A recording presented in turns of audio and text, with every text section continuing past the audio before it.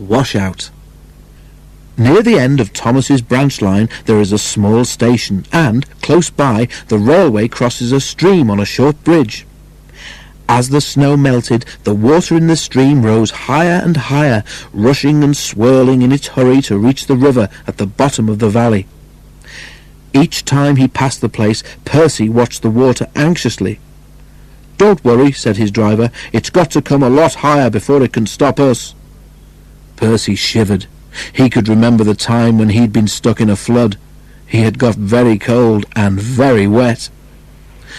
Next morning, Toby came up from the harbour. "No problem with the stream," he said cheerfully. "The water is much lower today." "That's good," said Percy.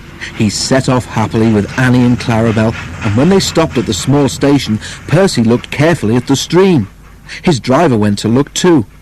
Toby was right. The water level was much lower. "All's well, Percy," said his driver. "Come on, we've got a timetable to keep." They hurried to the junction, where Henry was waiting for them. "When is Thomas coming back?" asked Henry. "If he does," he added, "I shouldn't be surprised if he decides to stay as a museum piece. He's old enough." He puffed away, chortling at his own wit. Annie and Clarabel were most upset. Percy had to spend so much time comforting them that he was late leaving with his next train. Percy had his tank refilled with water at the station by the river, and this made him later still. "Never mind," said his driver. "We don't need to stop at the station near the stream this trip, so there's nothing more to delay us." They reached the stream quickly, but as Percy ran onto the bridge, he felt it sink slightly under his wheels. There was an ominous creak. The bridge swayed.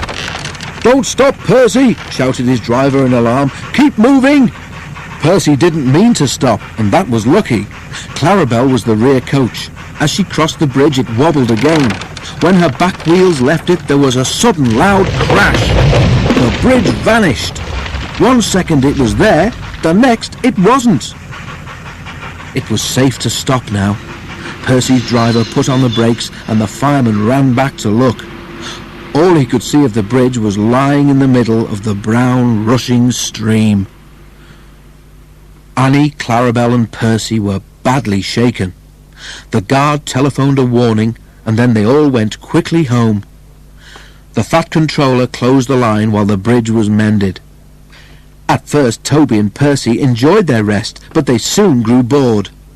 When the bridge was repaired, Daisy had recovered from her snowy ordeal too, and things returned to normal. But for some time afterwards, Percy was extra careful whenever he crossed the stream in which he had almost had a bath.